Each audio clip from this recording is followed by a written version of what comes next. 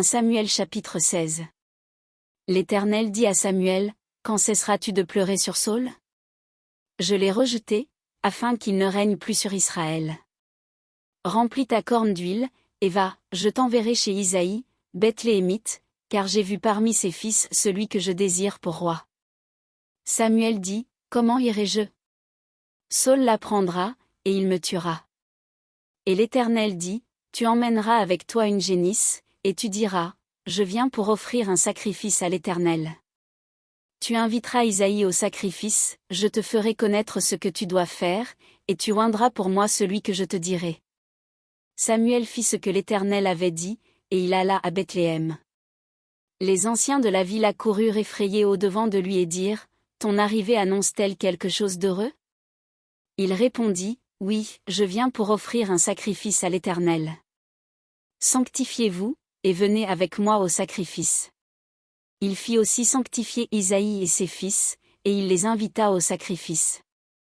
Lorsqu'ils entrèrent, il se dit, en voyant Éliab, certainement, loin de l'Éternel est ici devant lui. Et l'Éternel dit à Samuel, ne prends point garde à son apparence et à la hauteur de sa taille, car je l'ai rejeté.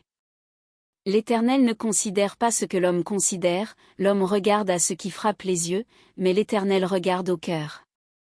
Isaïe appela Abinadab, et le fit passer devant Samuel, et Samuel dit, l'Éternel n'a pas non plus choisi celui-ci. Isaïe fit passer Shama, et Samuel dit, l'Éternel n'a pas non plus choisi celui-ci. Isaïe fit passer ses 7 fils devant Samuel, et Samuel dit à Isaïe, l'Éternel n'a choisi aucun d'eux.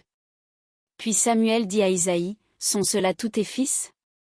Et il répondit, il reste encore le plus jeune, mais il fait paître les brebis. Alors Samuel dit à Isaïe, envoie-le chercher, car nous ne nous placerons pas avant qu'il ne soit venu ici. Isaïe l'envoya chercher. Or il était blond, avec de beaux yeux et une belle figure.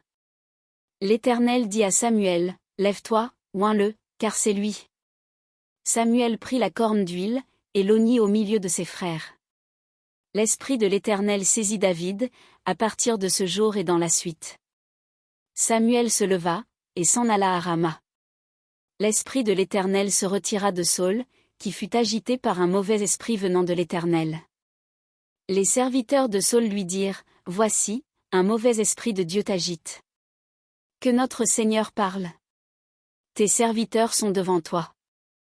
Ils chercheront un homme qui sache jouer de la harpe, et, quand le mauvais esprit de Dieu sera sur toi, il jouera de sa main, et tu seras soulagé.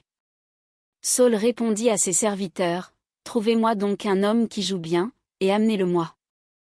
L'un des serviteurs prit la parole, et dit, voici, j'ai vu un fils d'Isaïe, Bethléemite, qui sait jouer, c'est aussi un homme fort et vaillant, un guerrier, parlant bien et d'une belle figure, et l'Éternel est avec lui. Saül envoya des messagers à Isaïe, pour lui dire, envoie-moi David, ton fils, qui est avec les brebis. Isaïe prit un âne, qu'il chargea de pain, d'une outre de vin et d'un chevreau, et il envoya ces choses à Saül par David, son fils. David arriva auprès de Saül, et se présenta devant lui, il plut beaucoup à Saül, et il fut désigné pour porter ses armes. Saül fit dire à Isaïe, je te prie de laisser David à mon service, car il a trouvé grâce à mes yeux. Et lorsque l'Esprit de Dieu était sur Saül, David prenait la harpe et jouait de sa main, Saül respirait alors plus à l'aise et se trouvait soulagé, et le mauvais esprit se retirait de lui.